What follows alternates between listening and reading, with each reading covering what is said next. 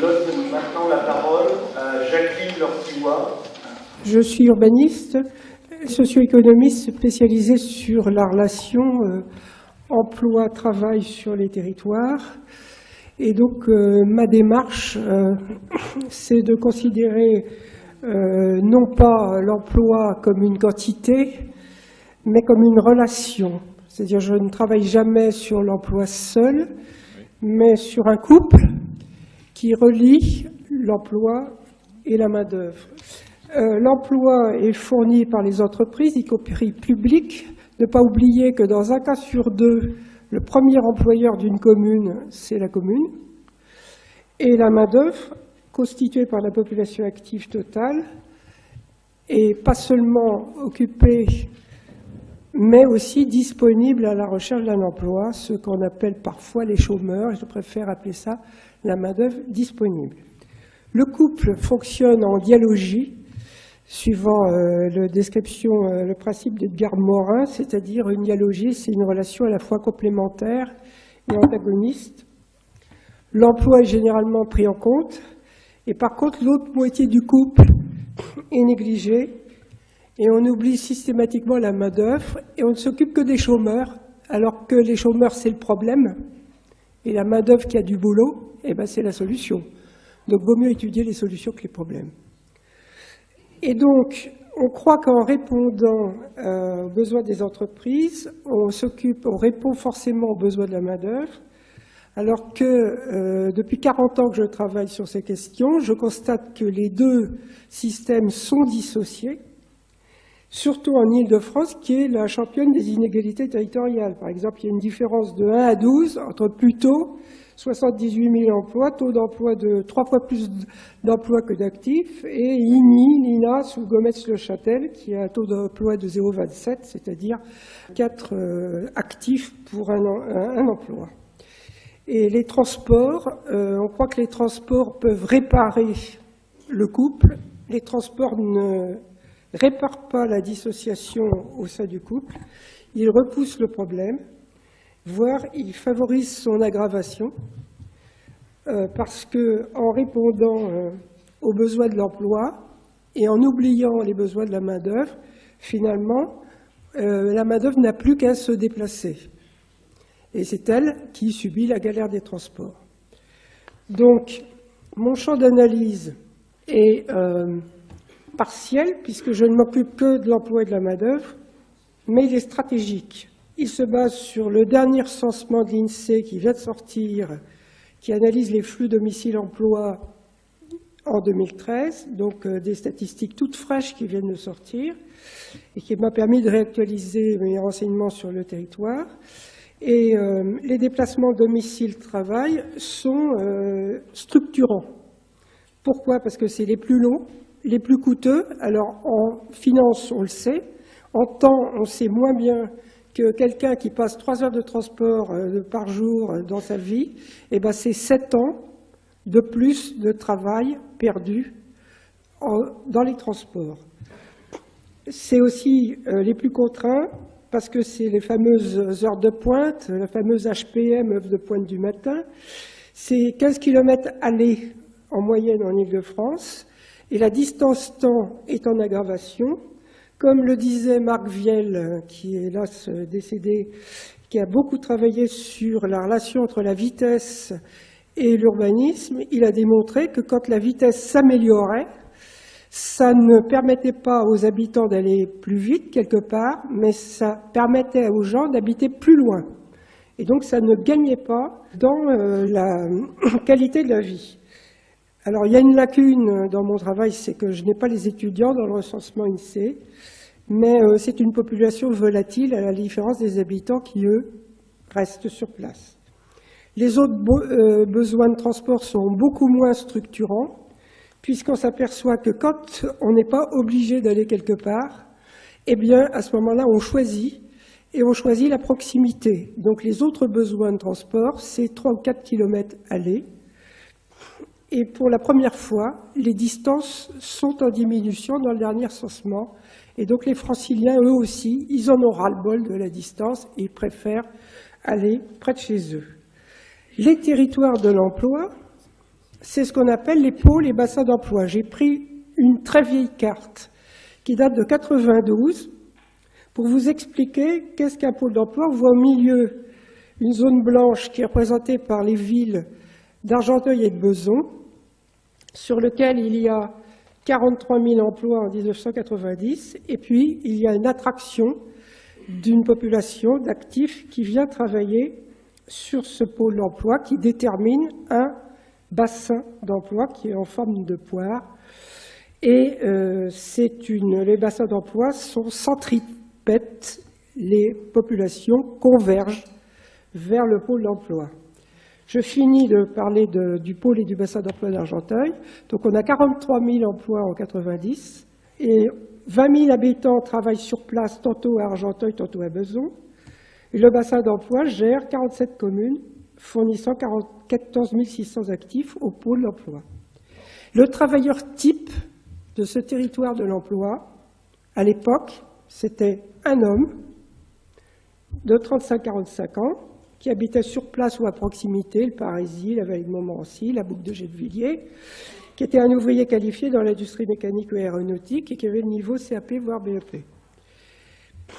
Et à la différence, les territoires de main-d'œuvre, c'est un pôle de main-d'œuvre qui, cette fois-ci, est une concentration de main-d'œuvre et qui diffuse de la main-d'œuvre qui va travailler à l'extérieur. Donc voilà, cette fois-ci, le bassin de main-d'œuvre de Argenteuil-Bezons. On voit toujours au centre les 20 000 personnes qui habitent et travaillent sur place, dans le rond blanc.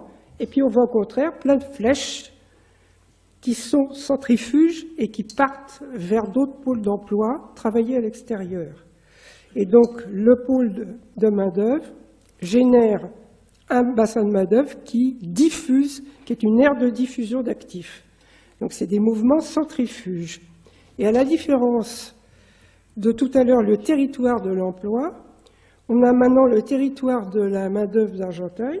On s'aperçoit qu'il y a 60 000 habitants actifs en 90, donc c'est plus que les 40 000 emplois de tout à l'heure.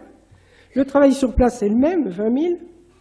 Et puis, la main-d'œuvre diverge, se disperse vers 40 communes, dont 10 000 personnes d'Argenteuil-Bezons qui vont travailler dans les 20 arrondissements de Paris.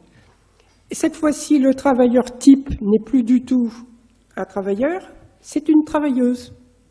C'est une femme qui a 30, 35, 39 ans, qui part à l'extérieur du département vers le quartier central des affaires, 1er, 2e arrondissement, 8e, 9e arrondissement, 16e, 17e arrondissement, là où sont concentrées toutes les affaires, les assurances, les finances, les banques, les sièges sociaux, et tous les conseils et tous les services annexes aux entreprises, 4 800 actifs, ou qui part aussi à la Défense, dans les tours de la Défense. Elle est employée de bureau, de commerce, ou elle est en catégorie C&D du secteur public. Et elle a le niveau bac. Et lorsque j'ai fait cette étude en 92, les maires organisaient toute leur stratégie en fonction du territoire de l'emploi, de tout à l'heure, du pôle et du bassin d'emploi, et organisaient la formation pour former des hommes à des métiers industriels, de CAP, BEP, et ils avaient complètement oublié la question de la main-d'œuvre et ces femmes qui allaient bosser dans les quartiers centraux d'affaires de la Défense et de Paris. Et donc, j'ai fait comprendre ça à un maire de Bezons qui était très intéressé et qui s'est dit, mais voyons, mais effectivement, bossons pour la main-d'œuvre et battons-nous pour faire traverser le tramway qui est prévu à la Défense et pour le faire traverser le pont de Bezons pour aller favoriser la main-d'œuvre qui pourrait aller plus vite travailler à la Défense ou au quartier central des affaires. Et Jacques Lézère s'est battu pendant 20 ans pour obtenir ce tramway. Il a été inauguré 20 ans après cette carte et malheureusement il était mort 1 an avant. Et donc vous voyez que prendre en compte la main-d'œuvre, ce n'est pas du tout la même chose que de prendre en compte l'emploi. Quand on prend en compte l'emploi, mais on favorise des formations de métiers ouvriers Et quand on prend en compte la main-d'œuvre, et bien tout d'un coup, on s'aperçoit qu'il faut aussi faire des formations tertiaires, qu'il faut aussi permettre à la main-d'œuvre d'aller bosser à l'extérieur. Et alors, il y a un miracle, c'est les zones intenses. Les zones intenses, c'est quand un bassin d'emploi recoupe un bassin de main-d'œuvre. Et alors là, vous voyez en grisé les communes qui sont à la fois, qui appartiennent à la fois au bassin de main-d'œuvre et au bassin d'emploi de Argenteuil-Bezan, Cormeilles, Sannois, Sartrouville, Houille, Nanterre, Colombes, Gennevilliers, et qui sont obtenus par un recoupement entre les deux bassins.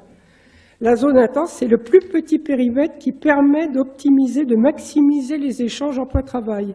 Et c'est ces zones intenses qui sont très intéressantes à valoriser dans un développement de territoire. Alors j'emprunte cette définition à l'architecte urbaniste de Villers, qui fait partie de l'atelier international du Grand Paris et qui a gagné un concours pour le Grand Paris.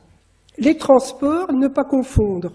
À gauche, un axe de desserte, vous avez des petits pointillés nord-sud qui représentent un tramway et qui desservent, font du cabotage pour desservir différents points, hôpital, mairie, etc. Et puis qui ont une gare, ce territoire a une gare, qui fait passer un axe de transit. Et de l'autre côté, vous avez un axe de transit qui traverse rapidement l'agglomération.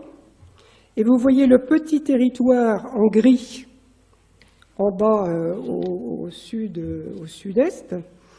Vous voyez que les axes de transit traversent rapidement le territoire et permettent d'accéder, de relier très rapidement un pôle d'affaires de type La Défense, par exemple, au pôle aéroportuaire, Roissy ou Orly, et puis un pôle industriel, un pôle commercial, etc.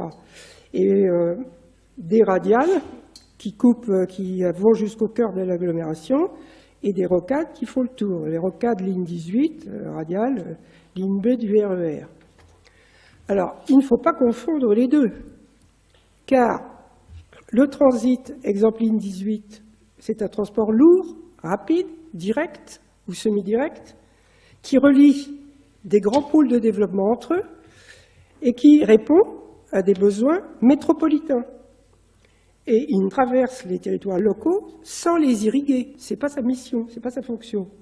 Et à l'inverse, les transports de desserte, de type tramway, un transport léger, au sol, omnibus, qui relie différents lieux d'un bassin local et qui fait du cabotage et qui maille les territoires locaux. Alors, ce qu'il faut savoir, c'est que les besoins des populations en matière d'emploi et de main-d'œuvre, c'est de relier des pôles de main-d'œuvre avec des pôles d'emploi. Tandis que les besoins de transport entre deux pôles d'emploi, c'est, d'après l'enquête globale des transports, 3% des besoins. Il n'y a pas de besoin. Relier Orly et La Défense, il n'y a pas de besoin, 3%. Relier La Défense avec Roissy, il n'y a pas de besoin, 3%. Par contre, ce que les gens veulent, c'est relier les pôles de main-d'œuvre avec les pôles d'emploi. Alors, on va étudier les 4 territoires, les 5 territoires qu'on traverse, la ligne 18 traverse. Premier cas, le pôle et bassin d'Orly. Je n'ai pas dessiné de carte parce que c'est impossible. C'est un pôle qui n'est pas structurant pour le territoire, parce que c'est un pôle que j'appelle un pôle d'activité. Il y a bien, effectivement, un nombre d'emplois conséquent, il y a 25 000 emplois, certes, mais ils sont spécialisés, ultra spécialisés, c'est-à-dire vous avez 10 000 métiers repérés par le répertoire opérationnel des métiers, et les aéroports en offrent 200, 2% du spectre. Pour pouvoir recruter cette main-d'œuvre aussi spécialisée, il faut recruter sur une aire de recrutement gigantesque. Donc Roissy, c'est toute l'Île-de-France plus la moitié de l'ancienne Picardie, et Orly, c'est à peu près toute l'Île-de-France plus des marges au sud de l'Île-de-France, en région. De plus, l'étalement horaire de l'activité d'Orly, de 6h à 23h30, permet d'éviter le fameuse heure de pointe et d'embaucher ou de débaucher à des heures qui sont en dehors des heures de pointe. Et donc, ça favorise l'utilisation de la voiture. Sur Roissy, c'est 10% des gens qui prennent les transports en commun. Il y a des parkings.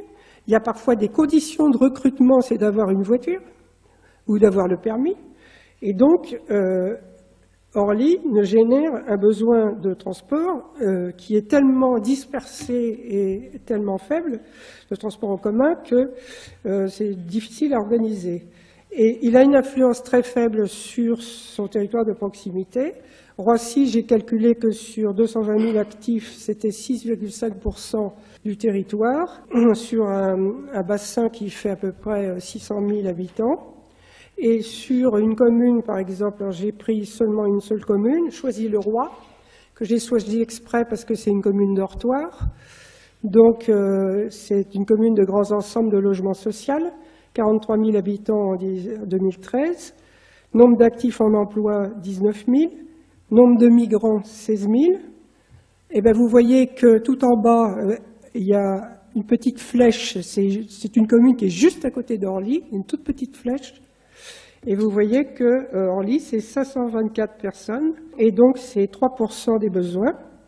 Et au contraire, vous voyez ce grand axe sud-sud-est, nord-nord-ouest qui part vers trois grands pôles, Ivry-Vitry, 1352 personnes, Bercy-Italie, 1163 personnes, quartier central des affaires, 1535. Total, 4000 personnes, 26% des habitants de Choisy-le-Roi. Donc on voit bien que un gros pôle spécialisé ne génère pas de besoin de proximité en transport en commun. Deuxième cas, pôle et bassin d'emploi de Massy. 5035 personnes qui habitent et travaillent sur le territoire de Massy. Et puis vous avez ce grand bassin d'emploi qui est organisé nord-sud, qui draine le nord du 91 et un peu le sud 92, ce qui correspond à T2, le territoire de la métropole, Antony, Bourg-la-Reine, Châtenay-Malabry. Il n'y a pas de flux notable avec le 94 et le 78. Je n'ai pris que les flux de plus de 100. Donc il n'y a aucun flux de plus de 100 entre le 94 et avec le 78. Donc une zone qui relie justement ces trois départements, tirez-en les conclusions. Flux est-ouest rare. C'est-à-dire, qu'est-ce que je vois? Il y a effectivement un flux conséquent Palaiseau-Massy, mais 857. Vous avez Antony, un flux, certes, 833. Et puis, vous avez Orsay, un petit flux, 247. Donc, total, 1947 actifs, multipliés par un aller et un retour, multipliés par 2, dont il faut prendre un pourcentage d'utilisateurs de transport en commun. Donc, ça fait des petits flux qui sont pas du tout à la mesure d'un grand transport lourd de 400 000 personnes jour. Et au sud-ouest, vous avez une très grande zone dortoir, record de l'Île-de-France, qui est le Val d'Orge. Et le Val d'Orge, lui, c'est la plus grande zone dortoir de l'Île-de-France.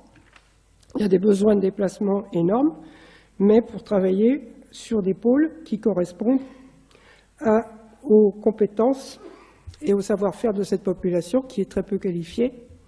Et c'est dans les quartiers centraux d'affaires que l'on trouve les besoins, la réponse aux besoins de cette main-d'œuvre-là. Et donc, ce n'est pas sur le plateau de Saclay. Alors après, nous passons à Saint-Quentin-en-Yvelines, mon territoire préféré. Pourquoi? Parce que c'est une zone intense. Dans ma vie, j'en ai trouvé une. Elle fonctionne, c'est celle-là, Saint-Quentin-en-Yvelines, Versailles, donc en orange. Vous avez une zone d'intense remarquable qui fait 15 km de long et 7 km de large, en orange, avec 12 communes et 150 000 actifs ayant un emploi qui habitent et travaillent dans ce secteur à 60%. Un microclimat remarquable, meilleure adéquation emploi-travail de l'Île-de-France, un bassin de main-d'œuvre en jaune organisé sud-ouest-nord-est, avec 200 000 actifs ayant un emploi qui travaillent principalement dans cette zone intense orangée, et au total, un ensemble de 360 000 actifs. La zone colorée correspond à 360 000 actifs qui habitent et travaillent principalement dans la zone orange. Un véritable bassin de vie, où règne également avec un double bénéfice, puisque quand les gens habitent et travaillent près de leur domicile, ils rentrent tôt chez eux, et à ce moment-là, ils peuvent faire vivre des petits commerces, de l'artisanat, des services de proximité, des services à la personne, des services publics, de l'économie solidaire, des associations, et jusqu'à 25% de l'emploi lié à ces services de proximité. Donc là, on a un bassin de vie dont il ne faudrait surtout pas détruire l'autonomie, puisqu'on a ce cercle vertueux. On voit en vert la ligne 18, qui est totalement déportée par rapport à ce besoin de cette zone intense. On voit bien que la zone intense, elle fonctionne est-ouest. Et on a une ligne 18 qui passe Guyancourt, Versailles, et qui est sud-ouest-nord-est, et puis après qui part presque nord-sud, donc exactement à l'inverse de l'organisation de ce territoire qui est est-ouest. Alors on va regarder de plus près la situation du bassin de main-d'œuvre du pôle de Trappes. J'ai choisi exprès ce bassin de main-d'œuvre parce qu'il représente une zone d'habitat social, donc on peut se dire c'est habitat social, affreux, zone dortoir, etc. Pas du tout. À Trappes aussi, règne un microclimat. Les communes en orange font partie de la zone intense, et il y a 10 communes. Il y a déjà 3536 personnes qui résident et travaillent sur place, et il y a 10 communes de la zone intense qui offrent 4000 emplois. Résultat, 62% des habitants de Trappes, qui est pourtant une commune d'habitat social, c'est exactement le contraire de Choisy-le-Roi de tout à l'heure, 62% des gens habitent soit sur place, soit dans ces 10 communes de cette zone intense. Donc c'est tout à fait exceptionnel. Vous vous apercevez que le fonctionnement de ce territoire est ouest-sud-ouest, est-nord-est. Vous apercevez en vert la ligne 18 qui n'apporte strictement aucun bénéfice à cette zone intense. Ensuite, on va passer au quatrième cas. C'est le pôle et le bassin d'emploi de Versailles. Donc là, on a un énorme bassin, 47 000 emplois, avec une forte attraction. Un bassin d'emploi qui est organisé ouest, sud-ouest, est, nord-est, tandis que le tracé de la ligne 18 est sud-ouest, nord-est, puis presque sud-nord, et très déporté à l'est, vous voyez en vert. Et j'aperçois quand même effectivement Guyancourt, Versailles, 1161 personnes, d'accord, multiplié par 2, mais il faut prendre un pourcentage de transport en commun. Et vous avez un fort taux d'emploi sur place, donc il n'y a pas besoin de transport, 12 924 personnes travaillent sur place, un taux d'emploi sur place remarquable de 34%, alors que la moyenne c'est entre 23 et 25 pour les banlieues, les grandes banlieues. Peu d'échanges, alors des flux, aucun flux ou presque vers la 91, sauf Massy, 140, et peu d'échanges avec la Défense. Les flux venant du pôle Montparnasse, 14e et 15e arrondissement, et qui amènent un certain nombre de flux vers Versailles. Et c'est le bassin de main-d'œuvre en fait, du pôle Montparnasse. Et puis de l'autre côté, vous avez ma zone intense, dont fait partie Versailles, qui alimente à l'ouest le pôle d'emploi de Versailles. Et donc, vous voyez que là encore, la ligne 18 ne correspond pas du tout à l'organisation du pôle et du bassin d'emploi de Versailles. Cinquième cas, la Défense. La Défense élargie est un prolongement du quartier central des affaires, je répète, 1er, 2e, 8e, 9e, 16e, 17e arrondissement, et répond à la fonction centre d'affaires de la métropole.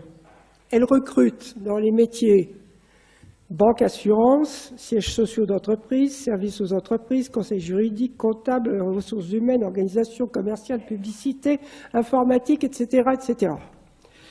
Des métiers extrêmement différents du cadran sud-ouest de Montparnasse, qui, lui, c'est la base arrière des ministères du 7e arrondissement. Donc c'est le gros pôle, c'est le grand pôle public de l'Île-de-France. C'est là qu'on trouve Georges Pompidou, les services de la formation professionnelle, de la santé, de l'action sociale, de l'emploi, le Pentagone, le ministère de la Défense, Place Ballard, etc., etc. C'est le grand pôle de l'emploi public. Et la main-d'œuvre qui travaille dans l'emploi public habite en particulier dans la zone intense. Je dis ma zone intense, vous voyez, je me la suis déjà appropriée, Saint-Quentin-Yvelines, Versailles. Donc l'attraction de la défense ne s'exerce pas sur ce bassin de main-d'œuvre qui n'est absolument pas dans ces filières-là, et au contraire exerce son attraction sur le cadran ouest francilien, c'est-à-dire le centre 92, le bassin de Saint-Germain-en-Laye, Cergy-Pontoise, et le personnel peu qualifié, qui correspond à peu près à 20% de l'emploi, habite la Seine-Aval, et notamment, par exemple, vous avez les petites mains des femmes peu qualifiées des zones d'habitat social de Mantes-la-Jolie qui viennent faire les vitres en dehors des heures de bureau dans les tours de la Défense. Moralité, la galère des transports développe en Île-de-France avait une véritable science du déplacement, c'est-à-dire que le lieu d'emploi est structurant par rapport au lieu d'habitat. Les gens choisissent leur lieu d'habitat dans le cadran qui correspond, c'est-à-dire que l'Île-de-France est découpée en grandes parts de gâteaux qui correspondent à un cadran. Vous avez la spécialité dans Paris qui correspond, et la main-d'œuvre, et les bassins de main-d'œuvre, et les spécialités de main-d'œuvre qui correspondent à ces savoir-faire et compétences dans Paris. Et donc, les territoires dans l'Île-de-France sont de plus en plus segmentés. Ça fait 40 ans que j'étudie ces territoires. Ils ne sont pas fluides. On dit « Ah, mais Paris est une des villes les mieux desservies du monde ». Certes, mais il faut quand même 1 heure pour la traverser. C'est-à-dire qu'il faut faire 10 kilomètres. Donc, si vous voulez, parce que ces territoires sont très segmentés, très peu fluides, ils sont organisés par filières d'activité, ils induisent des main-d'œuvre de plus en plus spécialisées qui choisissent leur vie, leur habitat, en fonction de leur activité et de leur emploi. Et donc, en conclusion, c'est la relation emploi-main-d'œuvre qui structure les territoires. Les 4 territoires étudiés, ou plutôt les 5, parce que j'ai parlé un petit peu de la Défense, fonctionnent séparément. Il y a une absence de flux entre les départements 94, 91, 78. Ils ne sont pas structurés de la même façon, et quand ils sont nord-sud, la ligne 18 est est-ouest, et quand ils sont organisés est-ouest, la ligne 18 est nord-sud. Pas de chance. Et alors, les reliés entre eux, ils possèdent une main-d'œuvre avec des spécificités différentes. Les reliés entre eux est au mieux peu utile, ou au pire perturbant pour l'équilibre de chaque territoire, notamment pas touche à la zone intense de Saint-Quentin-Yvelines, Versailles, une exception francilienne dont il faut préserver absolument l'autonomie. La Grande Couronne a des nombreux flux de proximité banlieue-banlieue. Les grands axes de flux de transit lointain ne correspondent pas à ces besoins quand ils sont en rocade, comme la ligne 18. Ils sont importants en radial, mais malheureusement, tout le monde s'accorde à dire qu'il vaut mieux éviter de concentrer encore davantage sur le cœur d'agglomération. La construction près des gares, de logements près des gares, me paraît discutable parce que les gares favorisent l'évasion. Les gares sont rarement des lieux de destination, sauf la gare Saint-Lazare, évidemment, en cœur d'agglomération, en plein milieu du triangle d'or, où il y a 12 millions de touristes qui viennent faire leurs emplettes chaque année. Bon, donc, moi je me pose la question de l'ambiguïté d'un transport lourd qui a une vocation, une fonction de transit, mais auquel on a rajouté beaucoup de gares, ce qui suppose une fonction de desserte.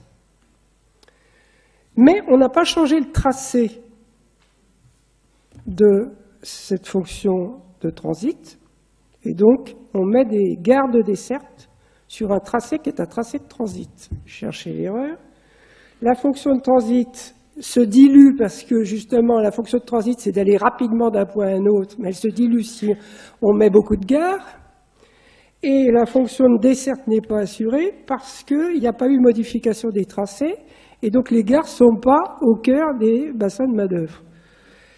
Et les besoins des... Et alors le problème, c'est que comment on peut faire un transport qui relie ces 5 territoires, puisque les 5 territoires ne sont pas homogènes, ils sont spécifiques et ils ont des besoins différents. Donc est-ce qu'on peut... l'urgence, il me semble, en Île-de-France, c'est de réduire les inégalités territoriales. Et malheureusement, des transports lourds les permettent, ces inégalités territoriales, puisqu'ils veulent corriger ces inégalités territoriales, mais ils ne ménagent pas le territoire d'Île-de-France. Et en fait, on se rend bien compte que le modèle idéal, c'est la zone intense de Saint-Quentin-en-Yvelines-Versailles, où les gens habitent et travaillent dans un rayon, dans un espace de proximité. Et finalement, la ville a été structurée par la population, par l'emploi, par la main-d'œuvre. Et on voudrait structurer maintenant, faire une ville à l'envers, qui est structurée d'abord par les transports. Moi, ça m'interpelle. C'est pas comme ça, je pense, qu'on peut ménager le territoire.